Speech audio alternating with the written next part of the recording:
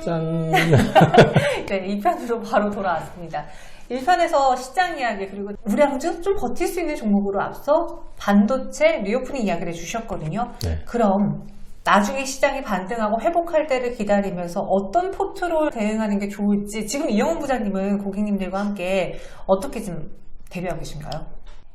저는 지금 현금 비중이 좀 있어요. 저는 강세장에서도 현금을 일정 부분 가지고 있거든요, 사실은. 항상 현금 비중을 유지를 하는데 약세장일 때는 현금 비중을 크게 하면 한 60%까지 늘리거든요. 60%까지요? 근데 지금 고객님들도 서양들이 있기 때문에 공격적이신 분들은 현금 비중이 뭐 한 30% 내외고 이제 좀 저처럼 좀 보수적 내지는 좀 방어적으로 하려고 하는 사람들은 이제 50% 이상 계시는 분들이 있고요. 네. 근데 이제 현금을 좀 가지고 있는 상황이고 이제 보유하고 있는 종목들은 저도 다 뭐 빠져 있거나 또 수익 났던 게 좀 줄어들었거나 그런 상황이긴 한데 지금 제가 이제 말씀드리고 싶은 거는 일단 약세장에서 매매하려고 하지 마시라는 거죠. 그러니까 매매 중독에 자꾸 빠지는 경향이 있어요. 현금을 가지고 있으면 네. 꼭 주식을 사고 싶어가지고 안달인 못 찾는 분들이 많거든요. 네. 근데 꼭 그럴 필요는 없잖아요. 위기는 기회라잖아요. 그러니까 그 위기라는 게요. 네. 강세장에서 조정을 받을 때는 기회인데요. 아. 약세장에서 조정은 추가 하락이 될지 아. 반등을 줘도 또 전고점을 돌파하지 못하는 짧은 반등이기 때문에 네. 이게 기회를 다 내가 갖겠다는 욕심을 가지고 하잖아요. 그건 그만큼 자기가 스스로 위험에 노출이 되는 거거든요.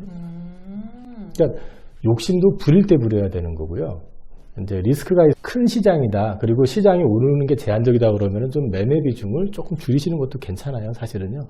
그래서 저는 작년 7월부터 현금 비중을 계속 늘리기 시작했어요. 연말에 아까 말씀하셨던 메타버스 NFT 뭐 이쪽 움직일 때 막 스트레스 받아서 끙끙거리면서도 버텼어요, 사실은요. 그런데 이제 그랬기 때문에 지금 시장에서 저 같은 경우는 일단 갖고 있는 종목 중에서 투자 아이디어가 훼손이 됐거나 네.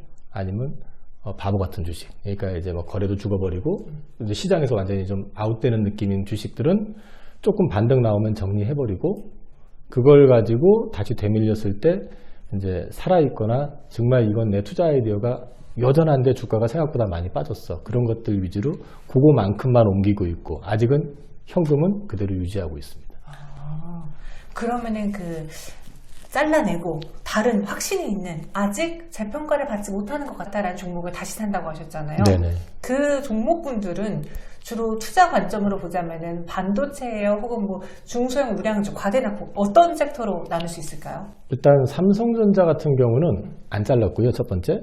그리고 앞으로도 별로 팔 생각이 없습니다, 저는요. 네.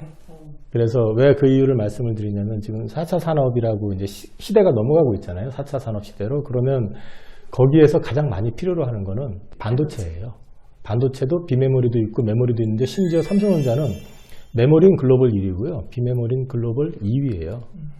그러니까 이 회사는 결국은 4차 산업의 성장과 궤를 같이 할 거기 때문에 어떤 노이즈는 있어가지고 이 추세, 플럭추에이션은 있을지 몰라도 궁극적으로는 하방보다는 상방의 가능성이 크다고 생각하니까 가져가는 거고요. 이제 제가 쳐내는 종목들은 어떤 종목이냐면 주로 중소형주 가운데서 기대했던 어떤 그림이 안 나오는 또는 어떤 투자의 아이디어가 훼손이 된 그런 것들은 반등이 나올 때 정리를 하고요. 그러니까 포트를 늘리는 쪽이 아니라 지금 줄이고 있는 거죠.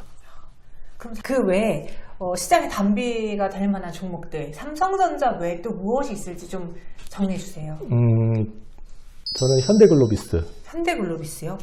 그거는 첫 번째는 그 회사가 현대자동차 그룹의 물류 쪽을 담당하고 있잖아요. 네.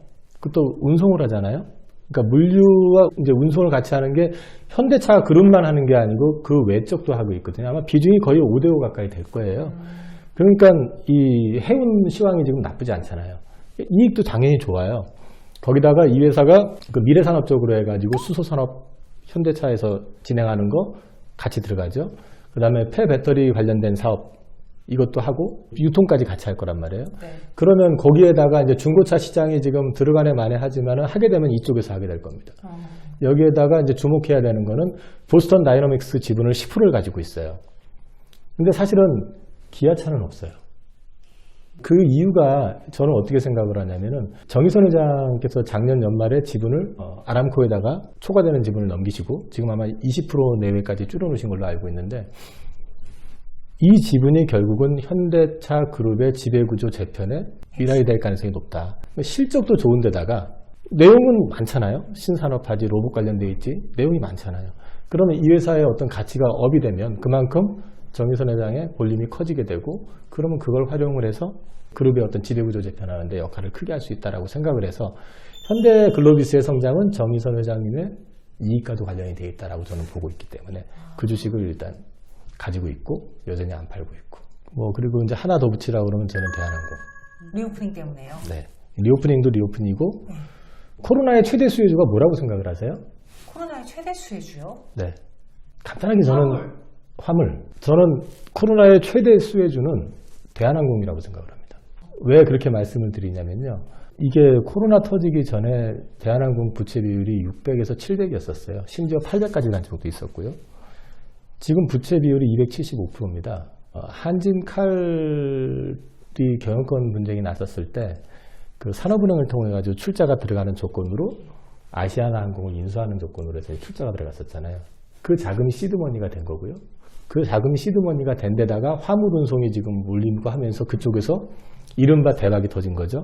그러니까 지금 제 기억에 창사 이래 이 회사가 1조 4천억의 영업이익이 난 적이 없었어요. 이번이 처음이에요, 제 기억엔. 그럼 1조 4천억의 이익이 나고 순이익이 6천억대 난 회사가 되다 보니까 이렇게 나게 된 베이스가 뭐냐면 산업은행의 시드머니예요, 사실은요. 근데 이제 그 돈을 가지고 재무구조 개선하고 엄청나게 알짜 회사를 만들어 놨어요. 부채 비율 200%대 항공사면 글로벌에서도 굉장히 우량한 기업입니다. 근데 아시아나를 주잖아요. 이제 조건부 승인이 됐잖아요. 아시아나는 사실 좀 심하게 말해가지고 갖지 마 이랬어도 사실 대한항공은 아쉬울 게 없어요. 돈 다 들어가 있는 상황에서 뭐. 근데 이제 아시아나를 줬으면 아시아나 항공에다 여기서 이제 돈을 또 추가로 들어가거든요. 그럼 아시아나 항공이 작년 말 기준으로 부채 비율이 한 1200% 정도 돼요. 되게 높죠. 네. 근데 이제 추가 출자 들어가면 부채 비율이 600%로 떨어집니다. 그러면 글로벌 항공사 재무제표하고 비교해 봤을 때 별로 안 떨어져요. 그러니까 정상화가 될 수 있다는 거죠. 그럼 이제 그런 부분에서 놓고 보면은 이 회사가 누리고 있는 어떤 밸류적인 가치가 굉장히 크다는 거죠. 올해 아마 만약에 리오프닝이 돼가지고 여행을 간다. 우리 이창진 앵커님 미국 갔다 오셨다 했잖아요. 네, 그죠? 맞아요. 제가 들었거든요. 항공값 많이 오르지 않았어요? 그때는 그래도 그때는 그랬나요? 갈만했어요. 아. 저 그리고 대한항공 타고 갔는데 진짜 너무 터무니없이 비싸다 이런 가격은 아니었어요.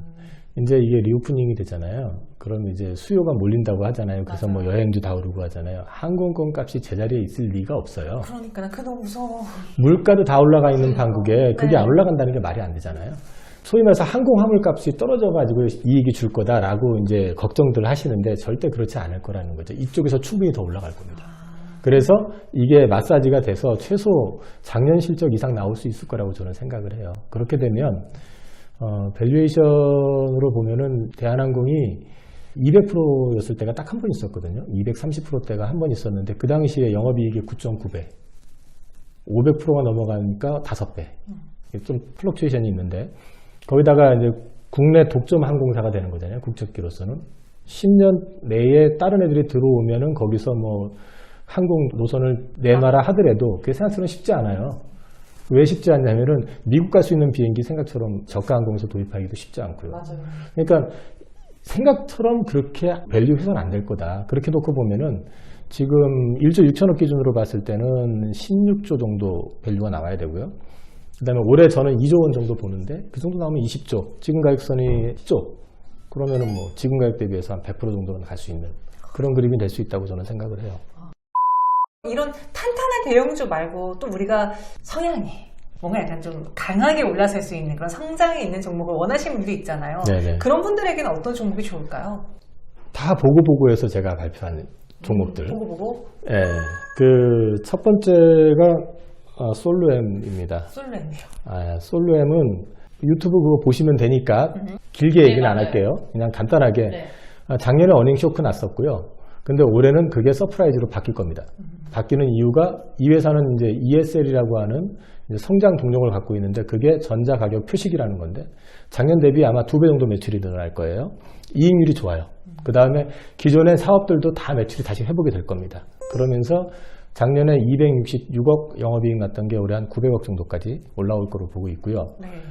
그 다음에 추가 동력으로 얘네가 지금 센서 사업 같은 거, 그 다음에 폐배터리 사업도 지금 하고 있거든요. 그게 아마 올 6월 이후에 매출이 시작이 될 걸로 알고 있거든요. 그러면 그건 올해, 내년에 가가지고 크게 올라오는 그런 그림이 되면서 되게 좋아지는 그림이 나올 거고요. 참고적으로 세계 1위 ESL 업체가 SES 이마박이라고 하는 프랑스 회사인데요. 네. 걔는 PER이 150에서 200배입니다.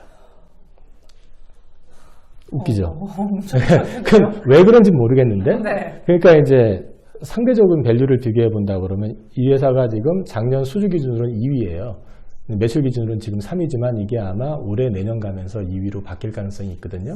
그럼 밸류는 그만큼 올라갈 거라고 봐도 될 것 같아요. 대단하다. 어니 쇼크에서 어니 서프라이즈 그 단어만으로도 이 회사를 설명하기 네, 충분한 네, 네. 것 같고요. 인탑스도 있네요.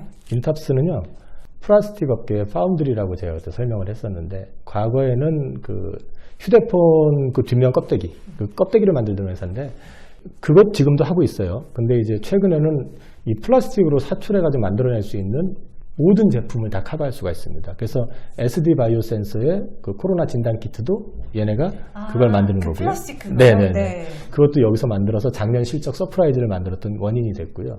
로봇도 해요.